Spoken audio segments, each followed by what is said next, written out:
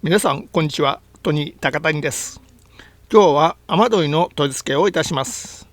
基本的には自作やレストアをする方のほとんどが行っておられるやり方ですので、いろんなところで発表もされています。そのためあまり珍しくもありませんが、最後までお付き合いしていただければ嬉しいです。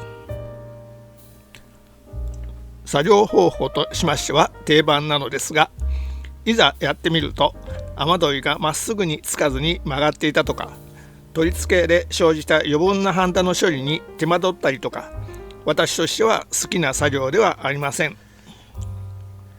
こちらの車両は画像ではまっすぐに取り付けられているように見えるかもしれませんが、近くで見れば波打っているのがわかります。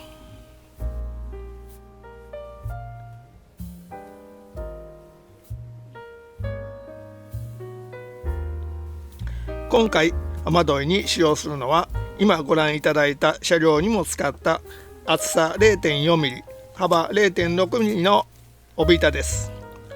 直径 0.6mm とか 0.7mm の真鍮線に比べてやや熱に弱い感じもしますので、うまく取り付けることができればいいのですがね。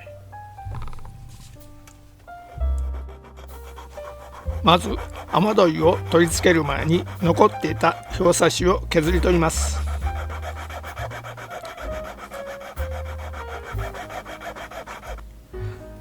次にあるのかないのかわからないようなプレス表現の雨どいがありますが、位置をずらして帯板を取り付けますので削り取ってしまいます。あるのかないのかわからないと言っても、塗装したら線が目立ってしまうこともありますので、その予防処置になります。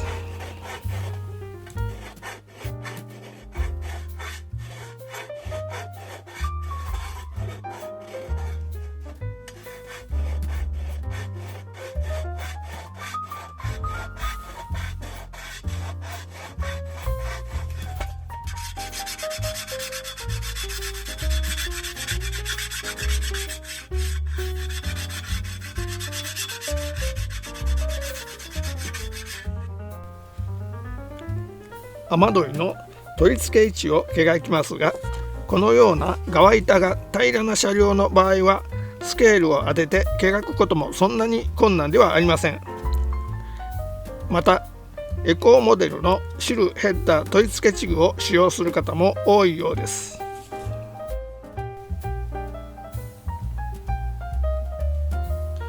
ところがこのキハ82に限らず、181系や485系電車とかの国鉄型特急車両の側板はまっすぐなフラットではなくカーブしています。そのため雨どいを正確な位置に取り付けるのに大変苦労します。ある方はエコーモデルのシルヘッダー取り付け器具を改造して雨どいを取り付けてみたり、懐に余裕のある方は手書きのできるノギスを買って使っている方もいらっしゃいます。またトースカンとかハイトゲージとかの道具を使う方法もあります。けれども私はシルヘッダー取り付け器具は持っていても、まだ使用方法を十分把握していません。手書きノギスも高価でちょっと手が出ません。またトースカンとかも基本は常磐とのセットになりますので、こちらもパスです。それでご覧いただいているようにして、多少の誤差は覚悟の上で、今回も自作のキハ80の時と同様に手書き作業を行うつもりでした。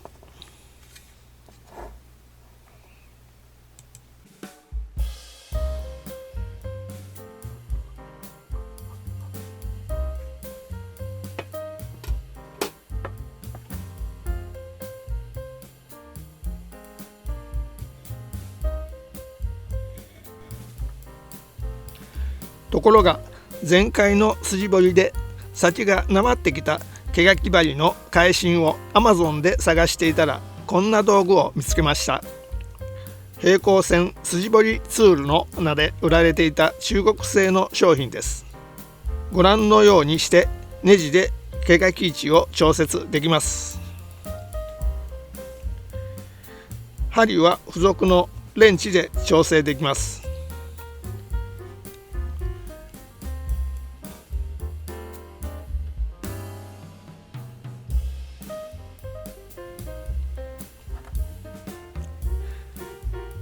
ただ最大の欠点はメモリが1ミリ刻みであることで、使用時に別に用意した真鍮板に線を試し引きしてみて調節する必要があります。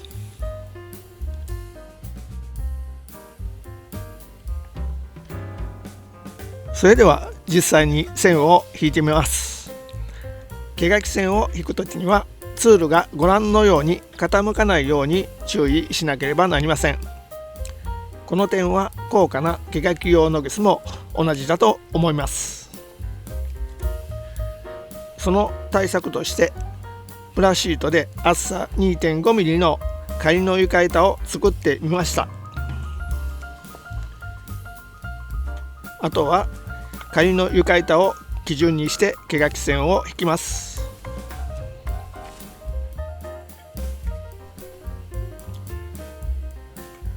1本目の線を引きます。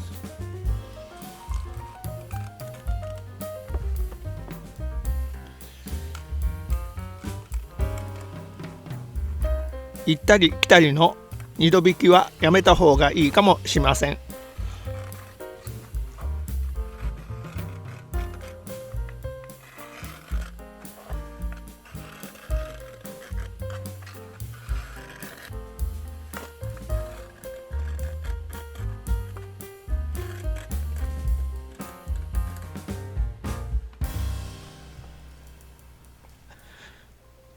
特に大きな問題もなく線が引けたようです。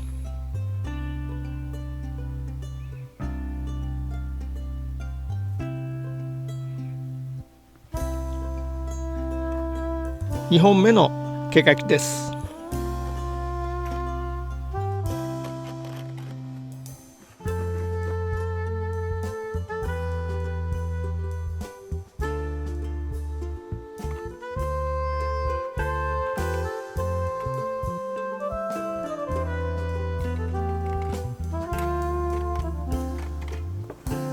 どうもたびたび引っかかってしまいます。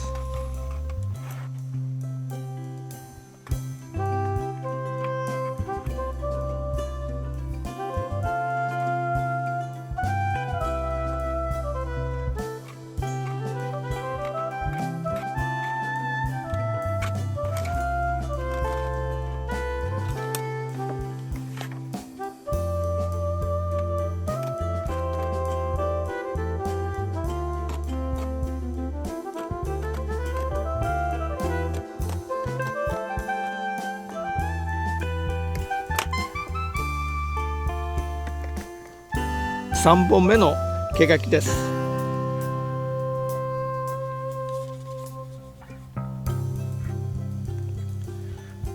こちらはスムーズに線を引くことができるようです。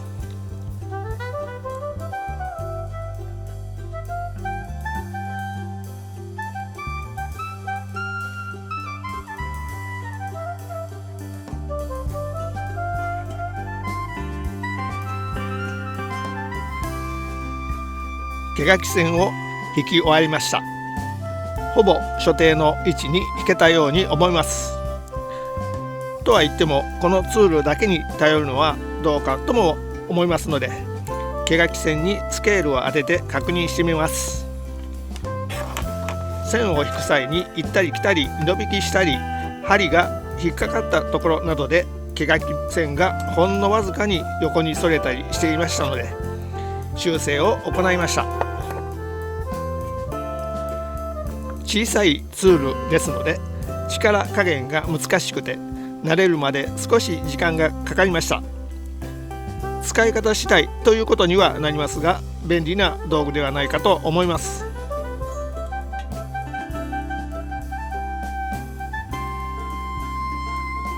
今度は毛書き線に合わせてセロハンテープで帯板を仮止めしていきます。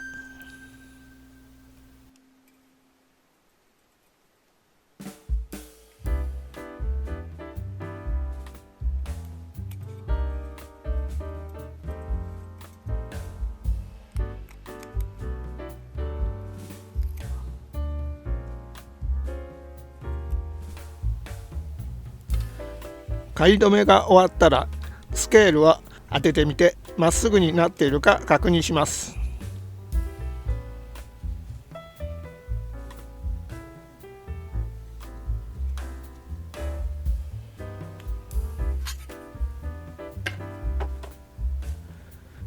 手書き線からずれていたら爪で帯板を押し出すようにして修正します。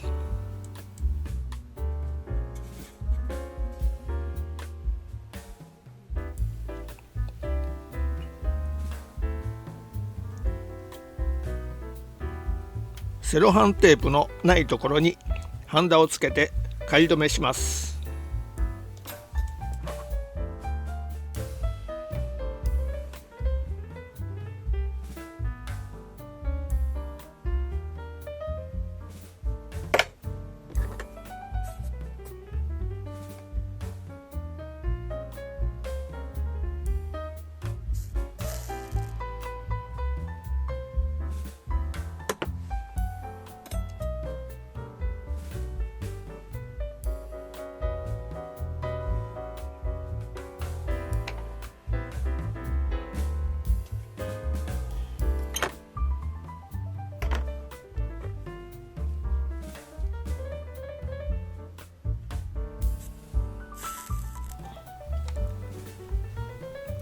仮止めが終わったら帯板が曲がらないように慎重にセロハンテープを剥がします。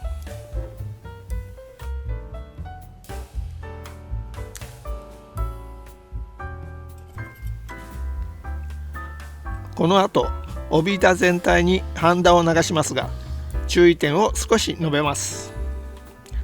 私はハンダ付けの開始をこの辺りから両端に向かって始めていますが、真ん中から始めてもいいですし、端から始めてもう一方の端に向かって進めてもいいでしょう。 NG なのは両端から真ん中に向かって進めることで熱で帯板が曲がってしまいます。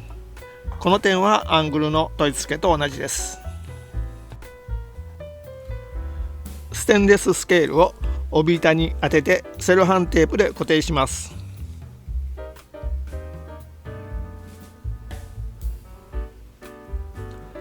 ハンダを流していきます。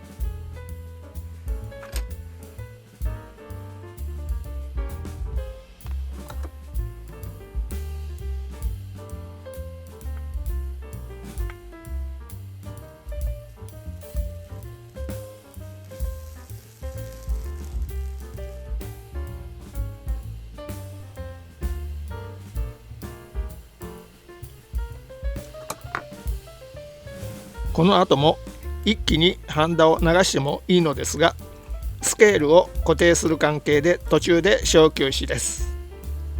スケールについたセロハンテープの位置を変えます。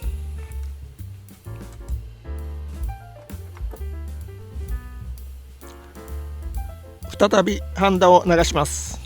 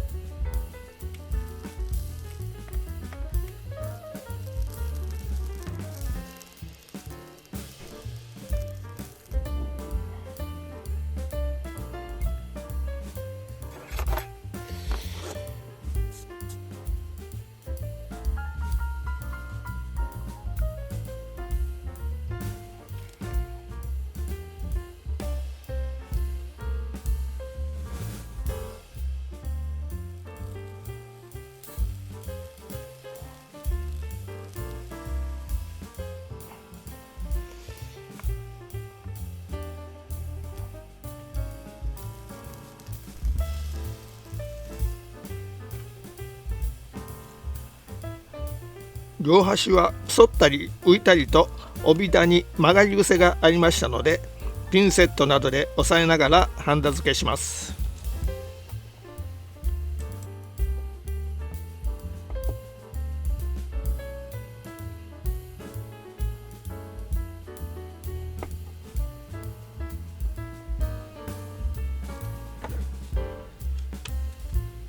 雨どいのハンダ付けが終わりました。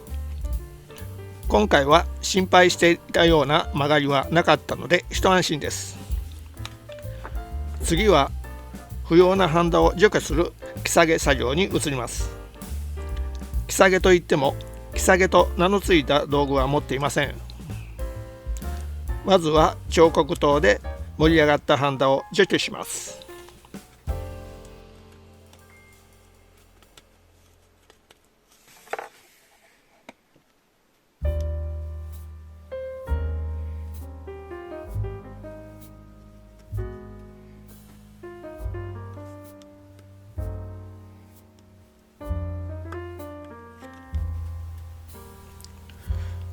次に15センチのステンレススケールを使います。これまでにも何回かこのスケールを使用する場面がありましたが、今回のような広範囲に使用するのは初めてです。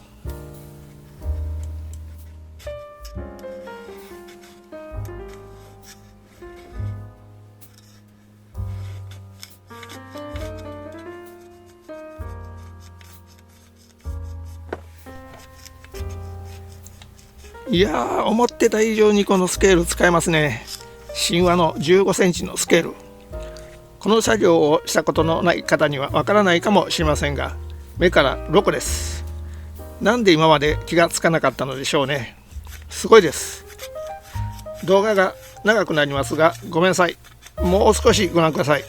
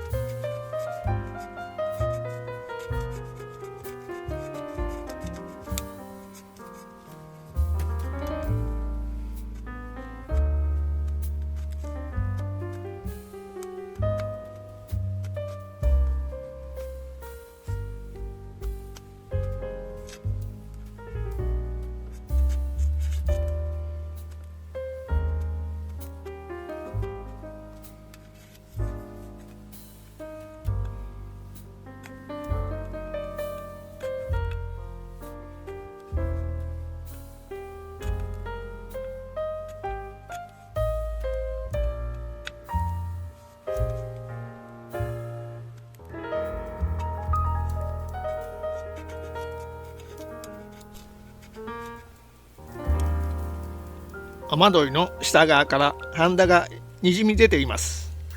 まずは彫刻刀である程度ハンダを除去します。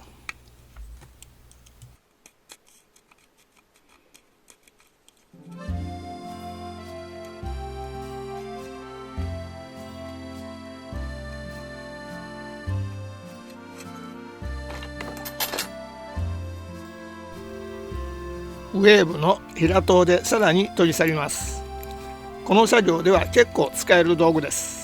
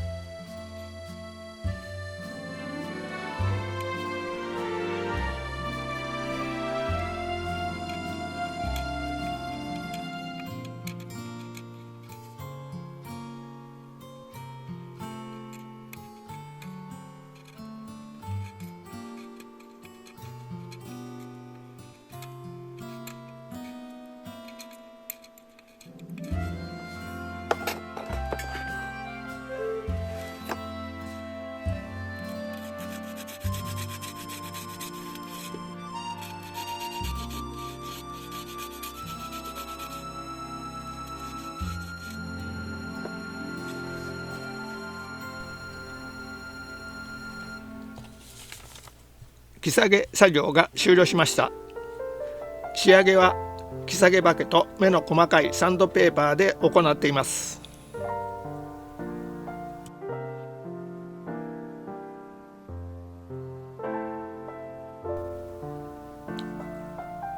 最後に雨どいが図のように直線上に取り付けられてやや上向き加減なので、帯板の下側を心持ち削ります。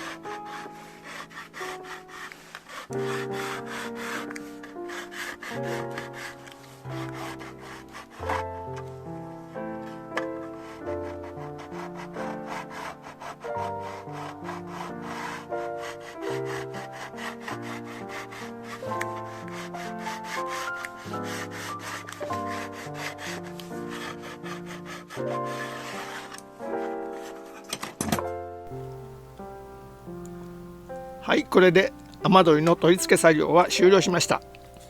厳密に言いますと、ここからさらに細い雨どいが幌枠のところまで伸びていますが、そちらはこの後のディテール工作のところで取り付けたいと思います。ひとまず今回の作業でキハ82の分解前の状態にほぼ戻りました。今後はディテール工作に移りますが、製作が遅れている中間車にも手をつけたいと思いますし、モーターの取り替えもやってみたいと思っています。そんなわけで次回何をするかまだ決まっていません。